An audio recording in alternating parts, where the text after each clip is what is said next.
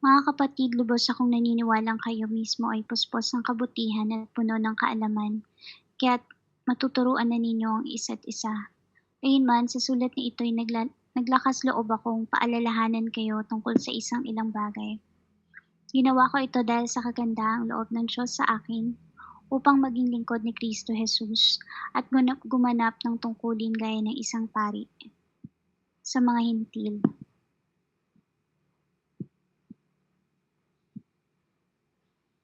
Ipinangangaral ko sa kanila ang magandang balita ng Diyos upang sila'y maging handog na kalugod-lugod sa Kanya.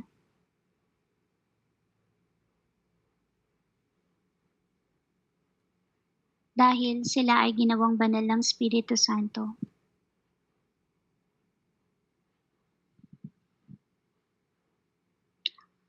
Kaya't sa pakikiisa ko kay Kristo Jesus, pagmamalaki ko ang aking paglilingkod sa Diyos.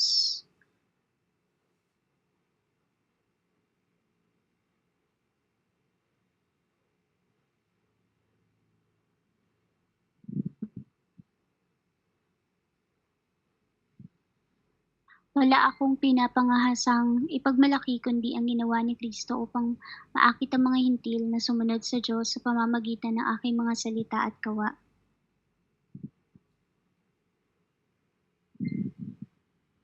At sa tulong ng mga himala at mga kababalaghan at sa pamamagitan ng kapangyarihan ng Espiritu ng Diyos. Kaya't mula sa Jerusalem hanggang sa Ilirico, ipangaral ko ang magandang balita tungkol kay Kristo. Ang hangad ko'y ipangaral ito sa mga lugar na hindi pa nakikilala si Kristo upang hindi ako magtayo sa pundasyon ng iba, subalit nang nasusulat,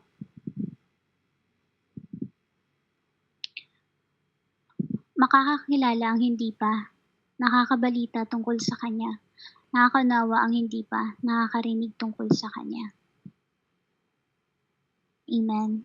Purihin po ang salita ng Panginoon. Ayan po, yung topic ko po is about kay Tatay Pablo. Ito po yung naglalaman po yun doon yung pagpapahayag ni Tatay Pablo or Apostol Pablo ng kanyang kumpiyansa sa mga mananampalataya po sa Roma nung time na yun. Nilalarawan po doon yung sa ministry po na ginagawa niya.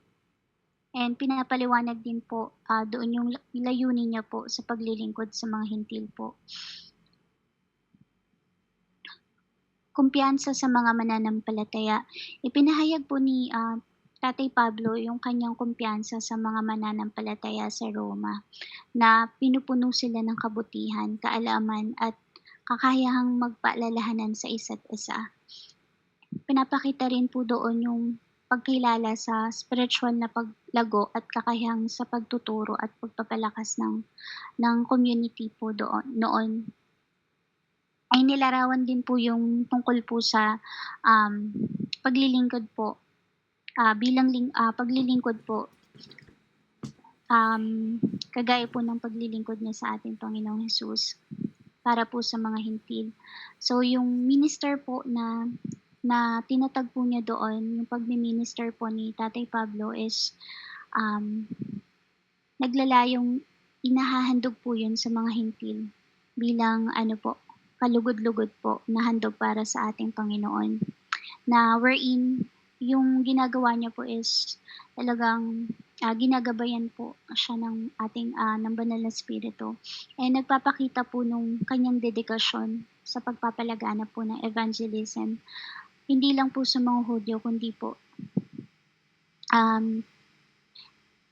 dun sa kanyang paniniwala sa kanilang pagtanggap sa mga pananampalataya po. So, yung kapangyarihan po ng Diyos sa ministry po ni Tatay Pablo that time is binigyan din po doon as per nung nabasa po natin na hindi siya mangangahas magsalita tungkol sa anumang bagay maliban po sa mga ginagawa po ng ating Panginoong Hesus sa pamamagitan po niya upang akayin po yung mga Gentiles sa pagsunod po sa Panginoon. So, ito po ay sa pamamagitan ng salita at gawa, sa pamamagitan ng kapangyarihan ng mga, tanda at mga kababalaghan, yung mga miracles po. And, sa pagte-testify po ng mga miracles and sa pamamagitan po ng kapangyarihan ng ating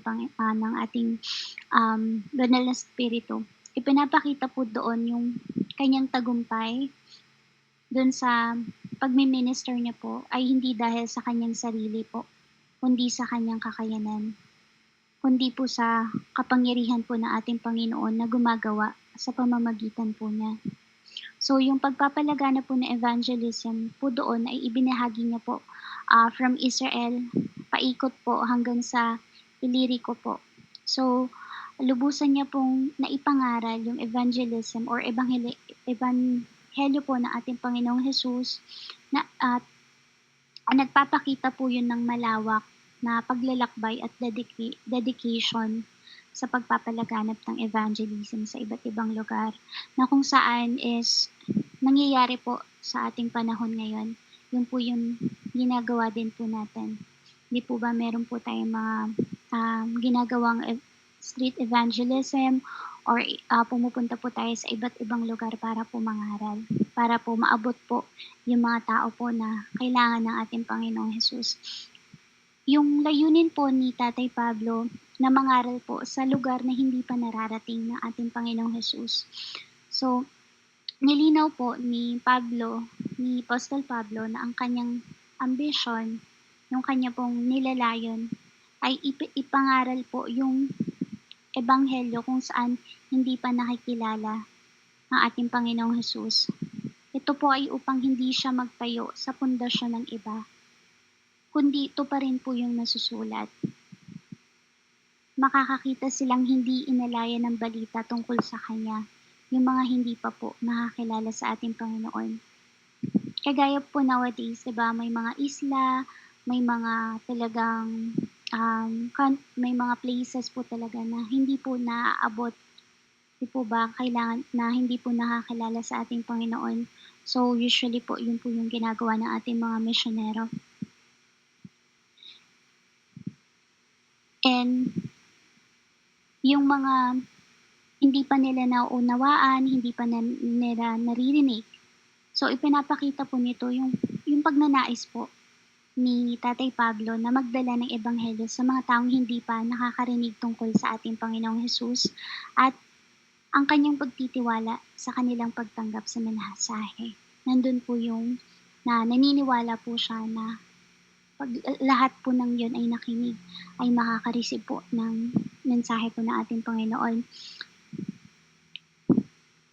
Yung kumpiyansa po niya sa mga mananampalataya at yung dedication po sa ministeryo po at yung kapangyarihan po ng Diyos sa kanyang paglilingkod and yung pagpapalagana po ng ebanghelyo at mga layunin na mangaral sa lugar na hindi pa nararating po no, ni Lord Jesus.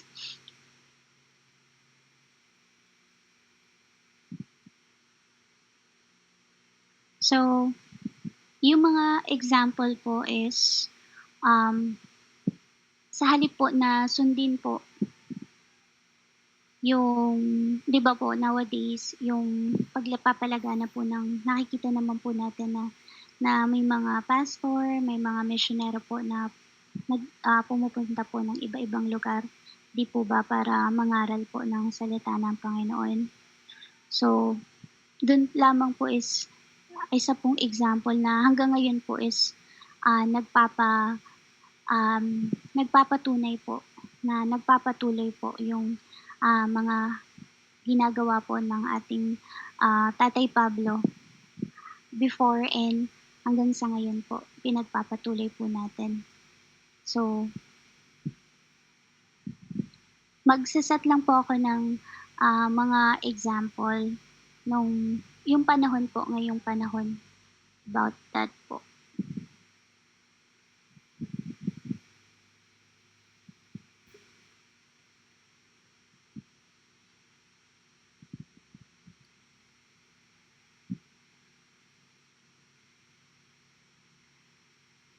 Wait lang po, ah.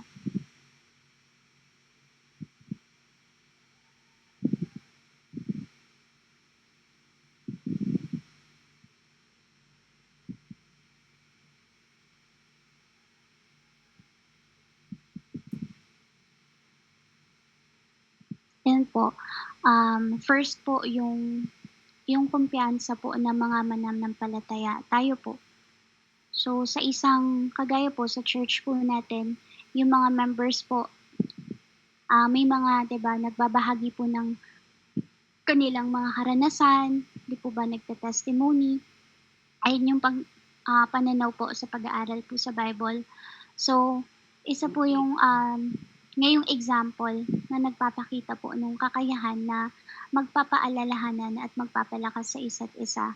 So, ipinapakita rin po dun yung pagtitiwala sa kakayahan ng bawat isa, sa spiritual na, paglago po. And then yung second example po is yung mga misyonero po na nagtutungo sa malayong bansa upang ibahagi po yung evangelism. Kagaya po sa Africa, sa yung mga tagong lugar po sa ibang bansa, lalo na po yung mahirap marating, di po ba kasi may iba-iba pong mga religion sila. So, lalo na po especially yung tungkol po na dun po sa mga tao na hindi pa nakakarinig about kay Lord Jesus. Kasi po wala po silang Bible, wala pong mga ano po dun, anything na puwede pong, um, material na, puwede po nilang makita or malaman, ang tungkol po sa Panginoong Hesus. So, ito po yung paraan po ng pag-aalay po ng sarili upang maabot po yung mga taong iba yung kultura at paniniwala sa, 'di po ba meron din po tayo sa ibang country, Muslim countries, tapos yung mga Buddhism po 'di ba, sa iba-iba pong lugar na iba-iba po yung paniniwala. So, pangatlo po is yung kapangyarihan po ng Diyos sa ministeryo, which is before po kay Tatay Pablo ay kumikilos and until now po, kumikilos din po. Example po yung pagpapagaling po, 'di po ba nagpe-pray po tayo for healing. So, kinikilala po natin yung mga gano'ng himala po, 'di po ba, na nandun po yung kapangyarihan ng Diyos, siya pong gumagawa sa pagpapagaling, hindi lang po sa sariling kakayahan. So ito din po yung nagpapakita ng, pagpapakumbaba at pagkilala po natin na ang tagumpay sa anumang ministeryo, kahit sa amang ministeryo ito, healing and deliverance man ito, evangelism man ito, or kung ano pa man po itong, ministry na hinahawakan natin, ito po ay mula sa ating Panginoon. And pang-apat po, yung pagpapalagana po ng evangelism, yung 'di po ba meron po tayong makikita na mga grupo ng mga Christians na naglalakbay po sa iba't ibang lugar, upang maibahagi po yung evangelism sa pamamagitan po ng musika. May nakita po akong isang example, yung busking po, worship busking. So si ano po, fino-follow ko po yun, eh. Siya po ay pumupunta po ng Ayala Malls, Rockwell, BGC, tapos meron po siyang set of ano po, musical instrument na ginagamit para, um, mag-alay po ng awitin sa ating Panginoon. And then, sa pamamagitan po noon ay na ano po, nata-touch po yung puso ng mga dumadaan, napapalingon po sila, napapatigil upang ano po, kasi nandun po yung pagka kumakanta po siya, eh, nandun po yung presence po ng Lord na nakikita ko po sa video 'pag nag-a-upload po siya is ano po, lumalapit po yung mga tao tapos nakikinig po talaga.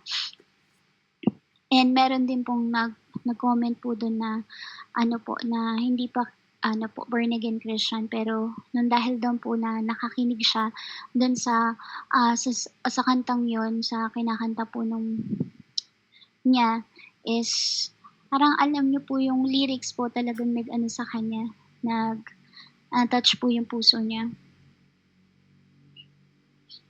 And yung time po na yun is meron po siyang she's going through a lot of ah, a lot of ano po, issues in her life. Tapos po ginamit po ng Lord yun para mag-stop po siya doon and then makinig po ng, um, ng worship song po. Minsan po, it shows in drama, 'di po ba may mga ano po, teatro na about, kay Lord. And then sa TV din po, 'di po ba, pinapakita din po, 700 Club Asia, 'di po ba? So may mga ano po, may mga channels na ginagamit po para po maipangalap po yung, buhay po ng ating Panginoon, na mailapagdalaga po yung gospel. So iba-iba pong ano, YouTube, iba-iba pong, media or tools na ginagamit po. And then po yung personal po na pagpapatotoo, yung mga ano po 'di ba mag-she-share ka ng gospel and then ano po, puwede kang mag-testify kung paano mo nakilala kung paano mo nakilala si Lord. And yung nagpapakita rin po ng yung mga ginagawa po nating yon or ng mga tao na, na-assign dun to minister po is ano po, nagpapakita po yun ng, dedication and sa pagpapalaganap po ng gospel. So, ito po yung mga paraan talaga na talaga, helpful ways po para po sa pagtupad sa tungkulin po natin na ipahayag ang pananampalataya po natin sa iba.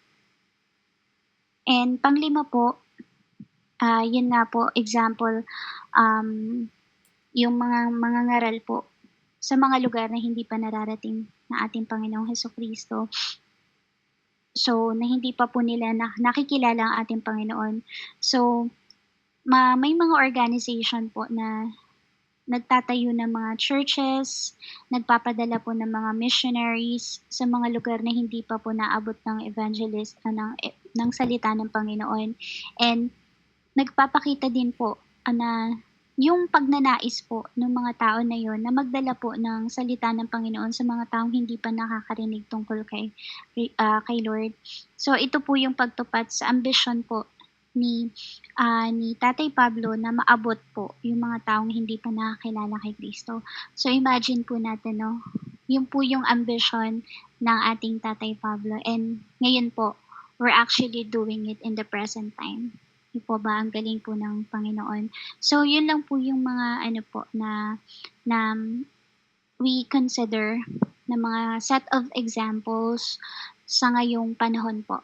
So talagang naipapalaganap po ng matagumpay ang ano po, ang salita po ng ating Panginoon and ma-reach out po yung mga tao po na hindi pa nakakilala sa ating Panginoong Hesukristo. So, sobrang amazing po 'no na talagang ano po, talagang yung nase-serve po yung purpose po ng bawat isa sa atin. And yun lamang po, salamat po sa Panginoon sa mensahe na ito. I just want to thank you Lord for this wonderful, um, morning Panginoon na ipinagkaloob mo po sa'min sa bawat isa. Lord God, though it's just, few minutes Lord na Lord God, hindi man po gano'n kahaba Lord yung pag-share ko ngayon Lord God. Dalangin ko Lord na ito po ay tumimo sa aming mga puso't isipan Lord God.